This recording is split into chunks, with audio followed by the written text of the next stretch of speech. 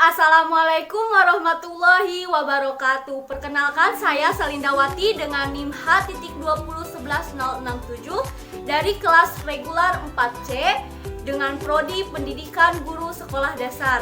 Video ini dibuat sebagai salah satu untuk memenuhi tugas dalam rangka ujian akhir semester dari mata kuliah Pendidikan IPS SD dengan dosen pengampu Ibu Irma Inesia Sri Utami MPD. Adapun inti dari video ini adalah untuk melaporkan hasil wawancara saya dengan salah satu narasumber dari SDN Batu Kembar, yaitu Ibu Dwi Tresna Sarasa SPD sebagai salah satu pendidik sekaligus wali kelas 5 di SDN Batu Kembar.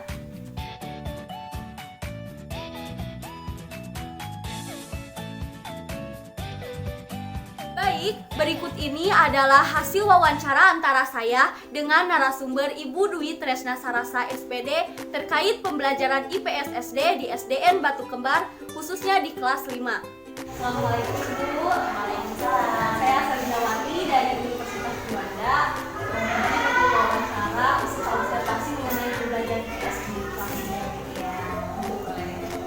Saya mulai pembelajaran IPS. Biasanya untuk sumber dan media dan pembelajaran IPS biasanya kalau ibu menggunakan media yang ada di sekitar saya menggunakan media seperti ID atau video. Ibu biasanya menggunakan media kayak lingkungan alam di sekitarnya aja. Kalau misalnya kayak belajar tentang lingkungan alam atau masalah sosial, kita menggunakan percontohan. Misalnya di belakang kan ada pemukiman warga, kita bisa memanfaatkan hal itu. Terus selain teknologi,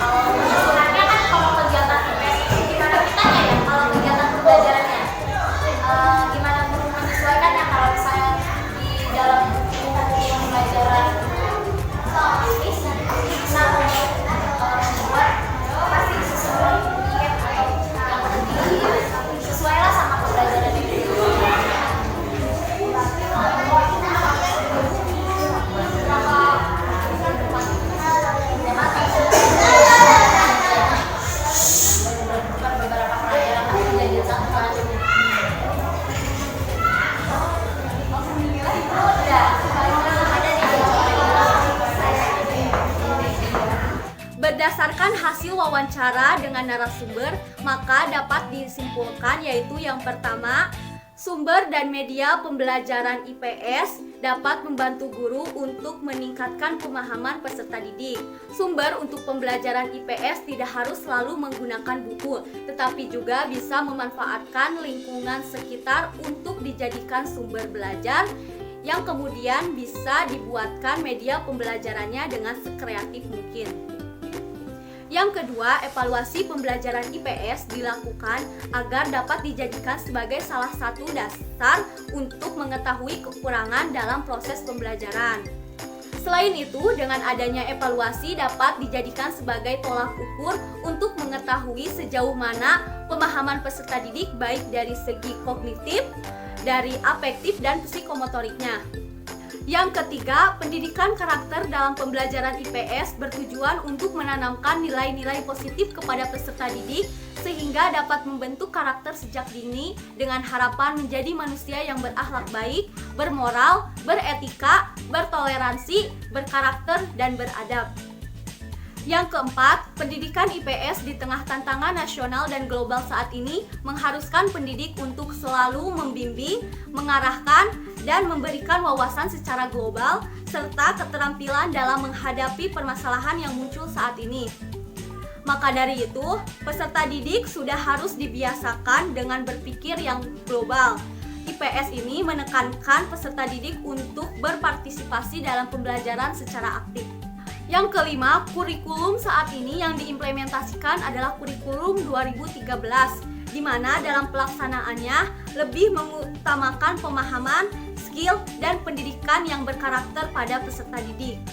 Dan yang terakhir mengenai RPP atau Rencana Pelaksanaan Pembelajaran disusun secara sistematis, utuh, dan menyeluruh dengan menyesuaikan dalam proses pembelajaran serta tetap mengikuti peraturan yang ada.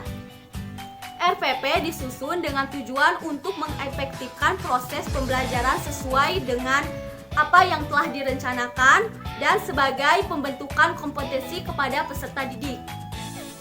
Baik, itu yang dapat saya sampaikan. Terima kasih. Wassalamualaikum warahmatullahi wabarakatuh.